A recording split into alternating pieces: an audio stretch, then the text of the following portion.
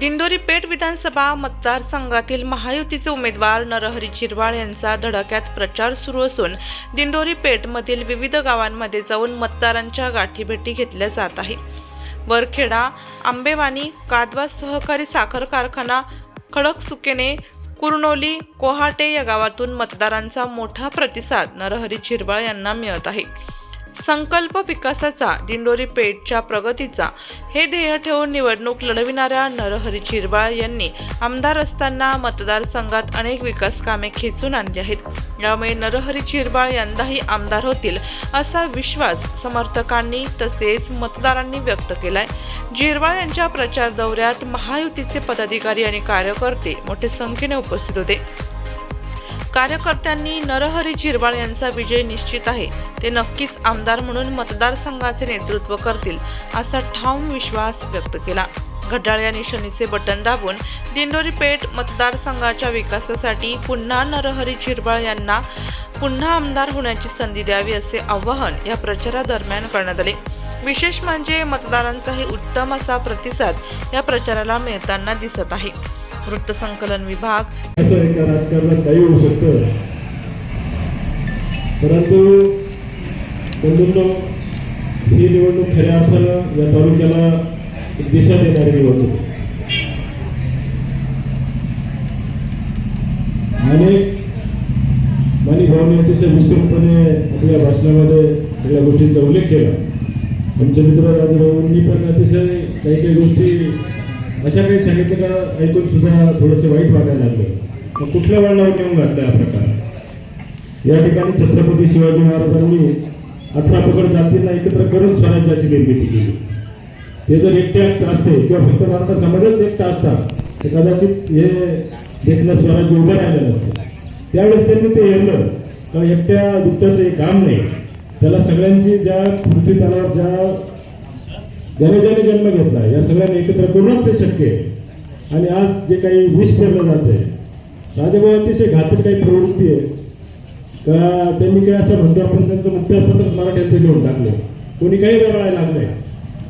म्हणजे आपणही शामनकुळी ओरिजिनल जातवान मराठी आहोत, परंतु आपल्या तोडून ते कारण आपल्याला माहिती आपल्या शेतात काम करणार हा पेट सोडगाने काढलाच मजूर आहे।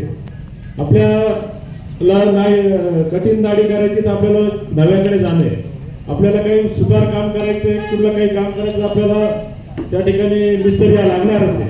हे सांगण्याचं तात्पर्य असं आहे की आपली जी व्यवस्था आहे ती एकमेकावर अवलंबून आहे, दोन्ही असं स्वयंभून आहे। पृथ्वी तलावर कुठलं तुम्हाला मनापासून धन्यवाद आणि सांगत त्या सर्व धर्म समभाव एक चांगलं स्मारक करून देतो, पण एकाच जागेवर सगळ्यांचं करा बुलंदमध्ये आहे।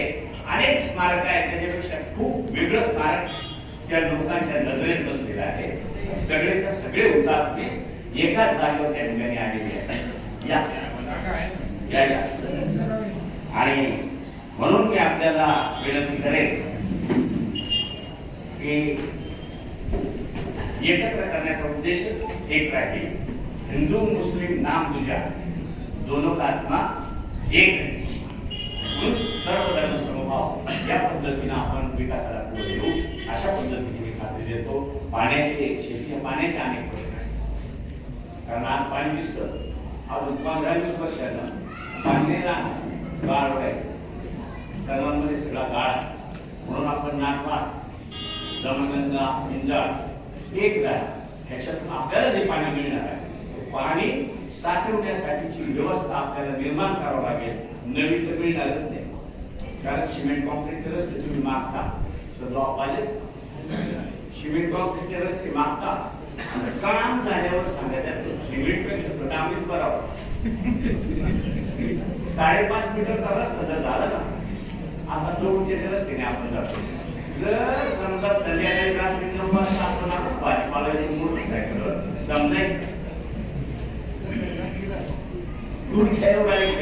माझी विनंती आहे, रस्ते करायचे पण थोडी जागा आहे गावात, कारण सिमेंट रस्ते झाला निश्चित धोका आहे। म्हणून साठी आपल्याला ती तयारी मानसिकता तयार करावं लागणार आहे, करा अशी मी आपल्याला विनंती करतो। आणि येत्या 20 तारखेला खूप पण मुलींच्या शिक्षणाचं जे काही सांगितलेलं आहे आजपर्यंत आदिवासीच्या आणि मागासवर्गीय आमच्या सगळ्यांच्या मुला मुलींना परदेशात जायचं ठरलं. आमच्या काही मुली मला वाटतं मुली माझ्याची मुलगी पायलट झाली, खूप मुली पायलट झाल्या, मुलं पायलट झाली.